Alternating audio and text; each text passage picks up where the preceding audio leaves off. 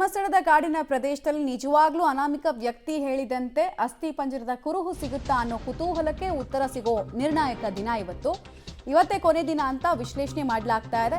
ಸಹಾಯಕ ಆಯುಕ್ತೆ ಮತ್ತು SIT team ಮಧ್ಯೆ ಗೊಂದಲ ಏರ್ಪಟ್ಟಿದೆಯಂತೆ.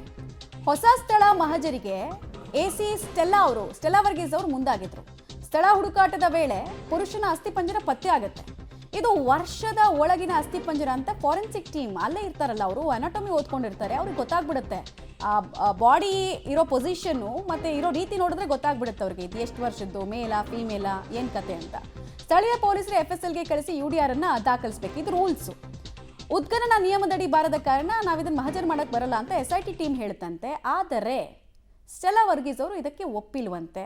ಅವರೇ ಪಟ್ಟು ಹಿಡಿದ ಕಾರಣಕ್ಕೋಸ್ಕರ ಇದನ್ನ 14ನೇ ಪಾಯಿಂಟ್ ಅನ್ನ ಕನ್ಸಿಡರ್ ಮಾಡ್ಲಾಯ್ತಂತೆ. ಇದೇ ಈಗಿರೋ ಪ್ರಶ್ನೆ. ಈಗ ಪತ್ತೆ ಆಗೋ ಅಸ್ಥಿ ಪಂಜರಗಳಿದೆಯಲ್ಲ, ಅದು ಇಡೀ ಪ್ರಕರಣಕ್ಕೆ ಜೀವ ತುಂಬಬೇಕು. ಬಟ್ ಇಲ್ಲಿ ಇಡೀ ಪ್ರಕರಣಕ್ಕೆ ಇನ್ನಷ್ಟು ಗೊಂದಲ ಸೃಷ್ಟಿ ಮಾಡೋ ಕೆಲಸ ಈಗ ಪತ್ತೆಯಾದ ಹೊಸ ಪಾಯಿಂಟ್ನಲ್ಲಿ ಆಗ್ತಾ ಇದೆ. ಇದು ಹೆಂಗೆ ಕನೆಕ್ಟ್ ಮಾಡ್ತಾರೆ ಅನ್ನೋದು ಪ್ರಶ್ನೆ.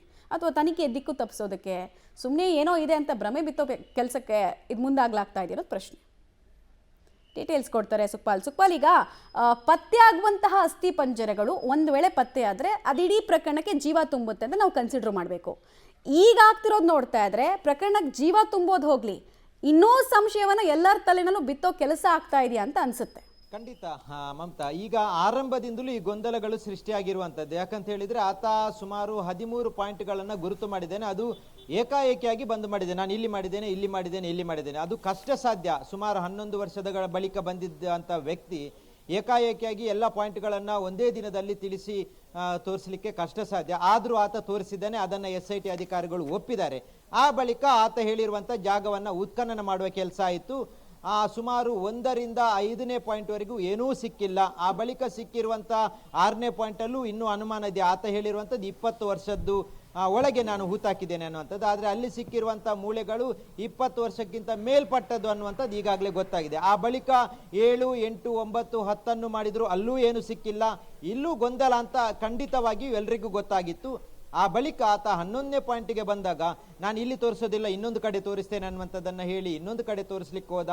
ಅಲ್ಲೂ ಆತ ಅಗಿಯದೇನೆ, ಯಾವುದೇ ರೀತಿಯಾದಂಥ ಉತ್ಖನನ ಕೆಲಸ ಮಾಡದೇನೆ ಅಲ್ಲಿ ಮೇಲ್ಬಿದ್ದಿರುವಂಥ ಒಂದು ಅಸ್ಥಿಪಂಜರವನ್ನು ಹಿಡ್ಕೊಂಡು ಇದನ್ನು ಉತ್ಖನನ ಮಾಡದೆ ಅದನ್ನು ಕನ್ಸಿಡರ್ ಮಾಡಿರುವಂಥದ್ದು. ಅದರಲ್ಲೂ ಗೊಂದಲ ಇರುವಂಥದ್ದು. ಯಾವ ಕಾರಣಕ್ಕಾಗಿ ಈ ರೀತಿಯಾಗಿ ಮಾಡ್ತಾ ಇದ್ದಾರೆ ಅನ್ನುವಂಥದ್ದು ಸ್ಪಷ್ಟವಾಗಿ ಗೊತ್ತಾಗ್ತಾ ಇಲ್ಲ. ಆದರೆ ಅಲ್ಲಿ ಹೋದಂಥ ಸಂದರ್ಭದಲ್ಲಿ ಸಿಕ್ಕಿರುವಂಥ ಅಸ್ಥಿಪಂಜರ ಮೇಲ್ಭಾಗದಲ್ಲಿ ಸಿಕ್ಕಿರುವಂಥದ್ದು, ಅದು ಆತ್ಮಹತ್ಯೆ ಮಾಡಿಕೊಂಡಿದ್ದಾನೆ ಅನ್ನುವಂಥದ್ದು ಸ್ಪಷ್ಟವಾಗಿ ಅಲ್ಲಿದ್ದಂಥ ಎಲ್ರಿಗೂ ಗೊತ್ತಾಗುತ್ತೆ. ಕಾರ್ಮಿಕರಿಂದ ಹಿಡಿದು ಅಧಿಕಾರಿವರೆಗೂ ಅದು ಗೊತ್ತಾಗುತ್ತೆ. ಮೇಲ್ಭಾಗದಲ್ಲಿ ಮರದಲ್ಲಿ ನೇತಾಡ್ತಿರುವಂಥ ಕೆಂಪು ಸೀರೆ ಆಗಿರ್ಬೋದು, ಮೂಳೆಗಳು ಸಿಕ್ಕಿರುವಂಥ ಒಬ್ಬ ಮಾನವನ ಪೂರ್ತಿ ಮೂಳೆಗಳು ಸಿಕ್ಕಿದೆ. ಅದರಲ್ಲಿ 140ಕ್ಕೂ ಅಧಿಕ ಮೂಳೆಗಳಿತ್ತು. ಒಂದು ಇಡೀ ಬುರುಡೆ ಸಿಕ್ಕಿರುವಂಥದ್ದು, ಒಂದು ಬೆನ್ನಿನ ಮೂಳೆ ಸಿಕ್ಕಿರುವಂಥದ್ದು. ಹೀಗಾಗಿ ಇದು ಆತ್ಮಹತ್ಯೆ ಮಾಡಿಕೊಂಡಿರುವ ಪ್ರಕರಣ ಅಂತ ಯಾರಿಗೂ ಗೊತ್ತಾಗುತ್ತೆ. ಆದರೂ ಅಧಿಕಾರಿಗಳು ಆ ಇಡೀ ಅಸ್ಥಿಪಂಜರ ಸಿಕ್ಕಿರುವಂಥದ್ದನ್ನು ಈ ಪ್ರಕರಣಕ್ಕೆ ಸೇರಿಸ್ಕೊಳ್ಳುವಂಥ ಪ್ರಯತ್ನ ಆಗಿದೆ. 14ನೇ ಪಾಯಿಂಟ್ ಅನ್ನುವಂಥದ್ದನ್ನು ಹೇಳ್ಕೊಂಡಿದ್ದಾರೆ. ಅದರ ಜೊತೆಗೆ ಅಲ್ಲಿರುವಂಥ ಆ ಸ್ಥಳವನ್ನು ಉತ್ಖನನ ಮಾಡದಿದ್ರು, ಪಾಯಿಂಟನ್ನು ಗುರುತಿಸಿದ್ರು. ಈಗ ಅದನ್ನೇ ಈ ಪ್ರಕರಣಕ್ಕೆ ಕನ್ಸಿಡರ್ ಮಾಡುವಂಥ ಕೆಲಸವೂ ಆಗಿದೆ. ಇದು ಯಾವ ಕಾರಣಕ್ಕಾಗಿ ಅಧಿಕಾರಿಗಳು ಗೊಂದಲಕ್ಕೀಡಾಗಿದ್ದಾರೆ ಅನ್ನುವಂಥದ್ದು ಗೊತ್ತಾಗ್ತಾ ಇಲ್ಲ. ನಮಗಿರುವ ಮಾಹಿತಿಯ ಪ್ರಕಾರ SIT ಅಧಿಕಾರಿಗಳು ಇದನ್ನು ನಾವು ಮಹಜರ್ ಮಾಡಲಿಕ್ಕೆ ಬರೋದಿಲ್ಲ ಅನ್ನುವಂಥದ್ದನ್ನು ಸ್ಪಷ್ಟಪಡಿಸಿದ್ದಾರೆ. ಆದರೂ AC ಅವರ ಸೂಚನೆ ಮೇರೆಗೆ ಅವರು ಮಹಜರ್ ಮಾಡಬೇಕಾಗಿತ್ತು. ಈಗ ಸ್ಥಳೀಯವಾಗಿರುವಂಥ ಏನು ಪೊಲೀಸ್ ಠಾಣೆ ಇದೆ, ಧರ್ಮಸ್ಥಳ ಪೊಲೀಸ್ ಠಾಣೆ, ಅವರು ಬಂದು ಇದನ್ನು ಮಹಜರ್ ಮಾಡಬೇಕಾಗಿತ್ತು. ಜೊತೆಗೆ ಈ ಪ್ರಕರಣದಲ್ಲಿ ಯಾರಿದು ಆತ್ಮಹತ್ಯೆ ಮಾಡಿಕೊಂಡಿರುವಂಥದ್ದು ಆತನ ವಿಳಾಸ ಪತ್ತೆ ಮಾಡಬೇಕು.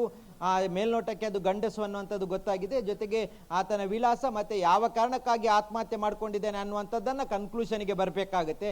ಆ ಬಳಿಕ ಅದರ ನಿರ್ಧಾರ ಮಾಡಬೇಕಾಗುತ್ತೆ. ಆದರೆ ಈಗ ಈ ಪ್ರಕರಣಕ್ಕೆ ಇದನ್ನು ಸೇರಿಸಿಕೊಂಡಿರುವಂಥದ್ದು ಬಹಳಷ್ಟು ಅಚ್ಚರಿ ಮತ್ತು ಗೊಂದಲದ ವಿಚಾರ. ಮತ್ತು ಆತ ಹೇಳಿರುವಂಥದ್ದು ನಾನು ಎಲ್ಲ ಕಡೆ ಹೂತಾಕಿದ್ದೇನೆ ಅನ್ನುವಂಥದ್ದು. ಇದು ಹೂತಾಕದೆ ಸಿಗುವಂಥದ್ದು ಮೇಲ್ಭಾಗದಲ್ಲಿ ಸಿಕ್ಕಿರುವಂಥ ಒಂದು ಅಸ್ಥಿಪಂಜರ ಆಗಿರುವಂಥ ಕಾರಣಕ್ಕಾಗಿ ಇದಕ್ಕೆ ಸೇರಿಸುವಂಥ ಅಗತ್ಯತೆಯೇ ಇರಲಿಲ್ಲ. ಆದರೂ ಈಗ ಈ ಪ್ರಕರಣಕ್ಕೆ ಈ ಒಂದು ಇಡೀ ಅಸ್ಥಿಪಂಜರದ ಕೇಸ್ ಏನಿದೆ ಅದನ್ನು ಸೇರಿಸ್ಕೊಂಡಿದ್ದಾರೆ. ಮುಂದೆ ಇದನ್ನು ಧರ್ಮಸ್ಥಳ ಪೊಲೀಸ್ ಠಾಣೆಗೆ ಹಸ್ತಾಂತರ ಮಾಡ್ತಾರೆ ಅಥವಾ ಇದರಲ್ಲೇ ಸೇರಿಸ್ಕೊಂಡು ಮುಂದುವರಿಸ್ತಾರೆ ಅನ್ನುವಂಥದ್ದು ಇನ್ನೂ ಇರುವಂಥ ಕುತೂಹಲ ಮಮತಾ.